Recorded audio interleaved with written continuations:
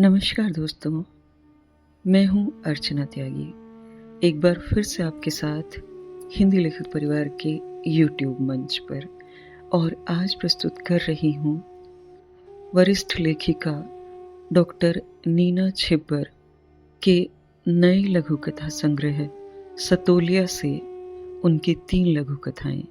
तो प्रस्तुत करती हूँ सतोलिया लघु कथा संग्रह की पहली लघु कथा अब की बार। जब से अमला प्रतियोगी परीक्षा देकर लौटी थी, शांत सी रहती थी। सारा दिन घर में उठते बैठते बस मन ही मन कुछ बुदबुदाती और चेहरे पर आशा और निराशा के भाव तिरोहित होते रहते। माँ ने कितनी बार उससे फिल्म दिखाने को कहा, पर वो तो अपनी ही दुनिया में थी। पहले जब भी वो आती थी, माँ को जबरदस्ती फिल्में दिखाती। चलो अम्मा, यह जोरदार है, यह तुम्हारे पसंदीदा हीरो की है, ये मेरी पसंद है। सारा दिन बड़बड़ चलता रहता। यह पढ़ा, यह लिखा, यह करूंगी, वहां जाना है, यह हो जाएगा। परीक्षा दर परीक्षा देती और एक आध नंबर से पीछे रहती तो मौन के अंधेरे में धंसती जा रही थी। वो माँ देख रही थी, इसीलिए आज माँ ने उसे अपने पास बिठाया और चेतावनी दे दी कि अब यह आखिरी बार परीक्षा दे और घर में रहकर तैयारी करे। फिर जो भी रैंक आए उसके अनुरूप काम शुरू कर दे, सब ठीक होगा। अमला जोर से हंसी। माँ, आजकल तुम तो मेरी तरह बड़बड़ करने लगी हो। चलो, अब की बार तेरा ही आधार। तो यह थी उनकी लघु कथा अब की बार, दूसरी रोचक लघु कथा जिसका शीर्षक है मोम की सूत्र। आज बरसों बाद तीनों मोम की, जिन्हें बंदर कहलाना पसंद नहीं, अपने परदादा से मिलने जंगल गए। तीनों आधुनिकता की प्रतिमूर्ति थे, पर आदतें वही थीं। जब घर पहुंचे तो देखा बाबा परदादा से किसी बात को लेकर राय मांग रहे थे। तीनों को देखकर वे दोनों अति प्रसन्न हुए। परदादा के चेहरे की चमक चौगुनी हो गई। अभिवादन के बाद बाबा ने पूछा, नई दुनिया के क्या हाल चाल हैं? तुम्हारे ठाट बाट देखकर तो लगता है खूब कमाई हो रही है। तीनों एक साथ बोले, आप लोगों की ही विरासत को थोड़ा बदल कर आगे चला रहे हैं, बस उसी का प्रताप है।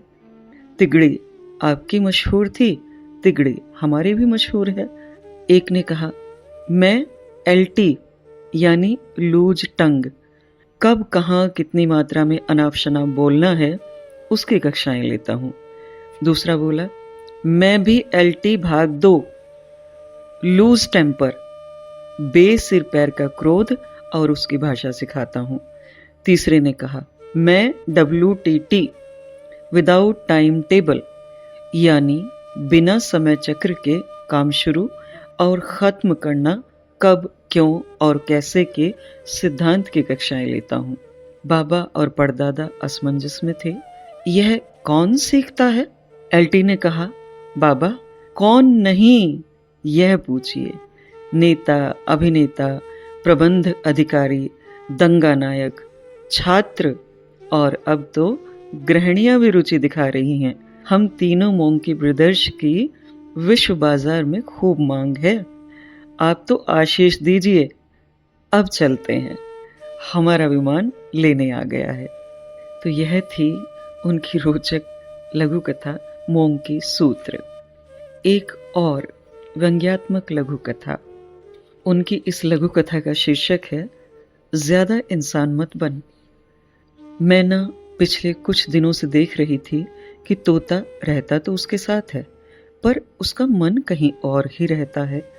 वो जब भी अपनी चोंच से उसके पंखों को छेड़ती है तो वो पहले की तरह आंखें बंद करके मस्ती नहीं मारता, उल्टे उसे निर्विकार देखता रहता है। मैना उसे शहर के किस्से सुनाने के लिए कहती है तो ठंडी आहें भरता है।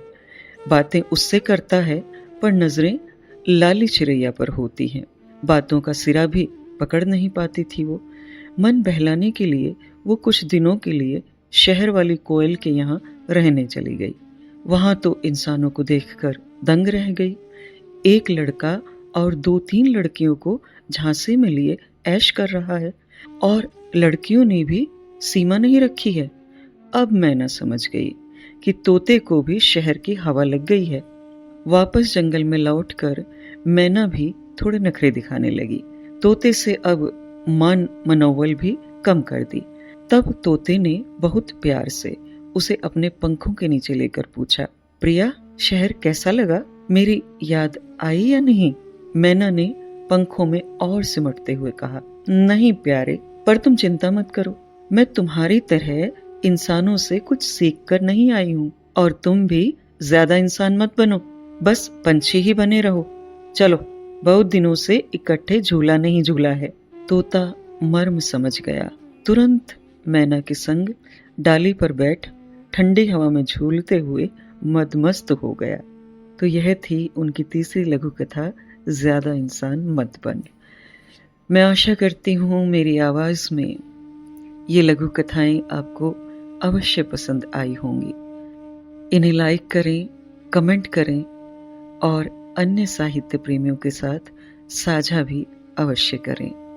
ऐसी ही और सुंदर रचनाएं सुनने के लिए चैनल को सब्सक्राइब करें। मैं अर्चना त्यागी अब आपसे विदा लेती हूँ। फिर मिलते हैं ऐसी ही सुंदर कहानियों के साथ, बेहतरीन कहानियों के सफर में। धन्यवाद। अगर आपको रचना पसंद आती है तो लाइक और कमेंट्स जरूर करें और शेयर कीजिए।